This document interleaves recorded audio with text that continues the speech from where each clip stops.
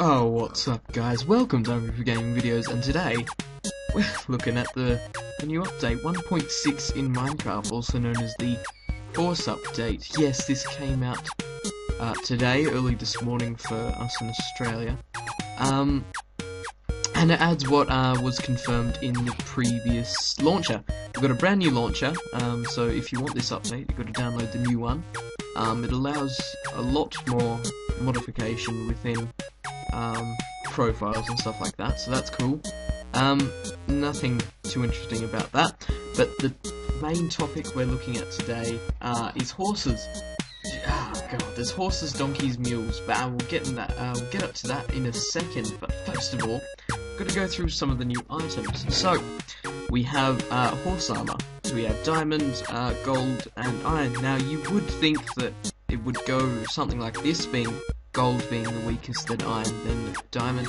No, it's this way. Gold is the middle. There is no durability to horse armor. It is non-craftable. You have to get it from a dungeon or a nether fortress chest, which are available now.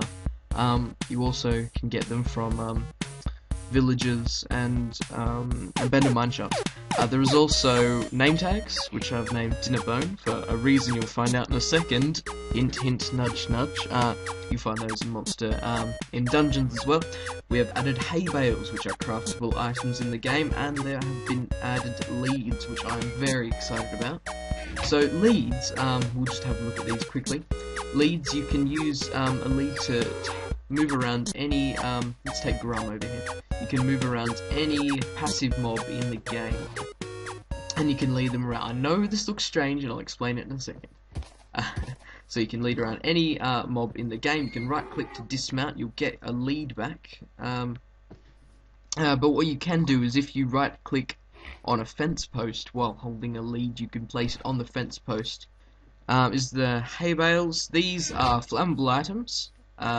They're placeable. You can put them in any direction you wish, similar to logs. You can make some nice thatching doing this as well. Also, in item form, you can feed them to horses and mules. You cannot feed them to cows or sheep or anything at the time being.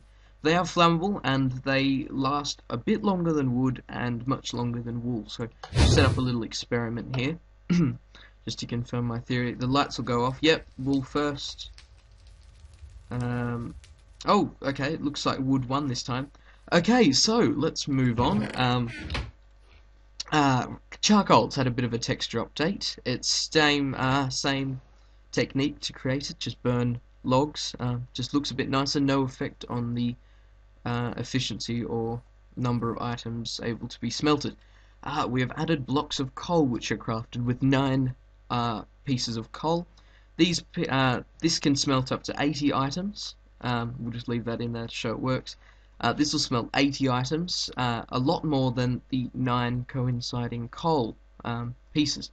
So it is much more efficient to just cook the blocks instead of the coal. It's a much more efficient way to do things. So with decoration, we have the new lapis block. It's the exact same block, same crafting recipe, but it's had a bit of a texture update, and I think it looks pretty nice, very rough. But we have something very, very interesting. We have dyed clay, or stained clay, I think it's called. And we'll just have a look. Yeah, stained clay. Alright, so there are as many stained clay blocks as there are wool, I'm pretty sure. To make stained clay, you need to smelt normal clay blocks to get hardened clay. And when you put hardened clay and dye together, you get the different colours, which are, it's fairly smooth, a little light color-wise. So also we've added carpets, which I'm very excited about. I love the idea of carpets. Now these are 1/16 of a block. They're a pixel in height, but they don't affect the height which you stand, so it's like you walk through it. Unlike the wool plates, which you can make stairs out of, you can't do this. They do not stack on top of each other. But every type of color wool you can think of, you can make. So, horses. Oh, God, I love horses. This is excellent, what they've done. So I've built a little stable here. Decked it out a little. Okay, so we have 3 actual mobs. There are 35 different breeds of horse. It's just looking. So it has this GUI, where you need to put a saddle on to ride it, and you put the armor there. Those are the only two. So you can get on, left shift to dismount. Actually, we'll go into survival here. Okay, now we can see my health and the horse's health. Obviously, armor would diminish the damage taken, I would suppose. You can use swords, you can use bows while on top of the horse, which is very awesome. But you need to make sure you can't hit the horse with the sword, but you can shoot them with the bow, which is a bit interesting. Now we have donkeys. So the donkey I've got on the fence out here, just what you need. A lovely donkey. It has a bit more health. I think that's just because I've damaged this actually. Yeah, it's alright. Just great for your drug trafficking. We have a donkey. Donkeys can be found naturally in the wild. Every donkey is identical to this one, but there's 35 different horses. That's just one of them. This is another. If you get a donkey and a horse and you get them to breed by using either a golden apple or a golden carrot, and they breed, they will make a mule. And with the mule, it is pretty much the same as a donkey. It looks the same. Oh no, it doesn't look the same, I should say. They have the big ears, but the color difference. You can also put the package on the horse. Oh, sorry, on the mule as well. You can't put armor on it, so really it's the same as the donkey, but I think you can jump higher. I think that was the thing. So that's interesting. So these are the items you can give your horse. You can feed them the hay bales, bread, apple, wheat, carrot, golden carrot I should say, golden apple, the regular one, just made with gold nuggets, and sugar. We're going to show how to tame the horse. So we get on the horse, it's going to be on for a few seconds, we've got to break it first. We've got to teach it how to ride, or how to allow it to be ridden. So you keep getting on with an open hand, with a fist out, do this a few times.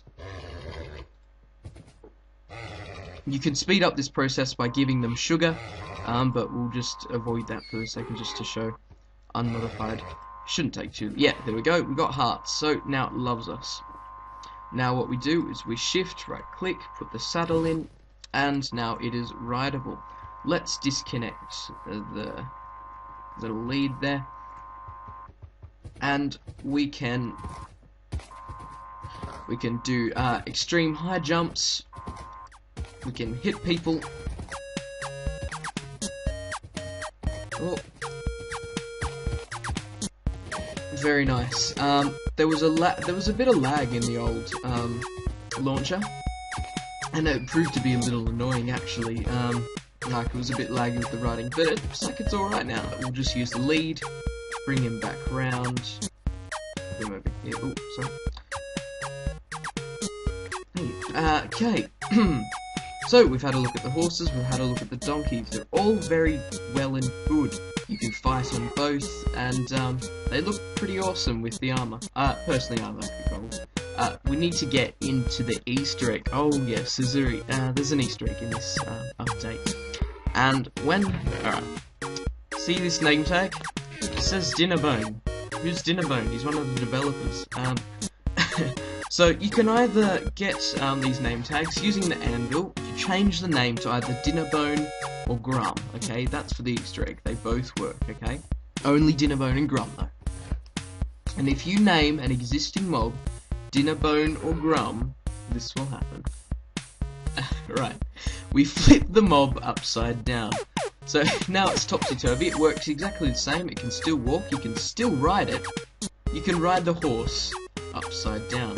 Now you can ride the pigs upside down. I did it with some spiders. That looked very interesting. It works on every mob, because you can name everything. I also forgot to mention, with name tags, the mob will permanently be in your world forever, unless you kill it. So, thank you guys for watching. I hope you enjoyed this video, and I'll see you next time on Hungry for Gaming.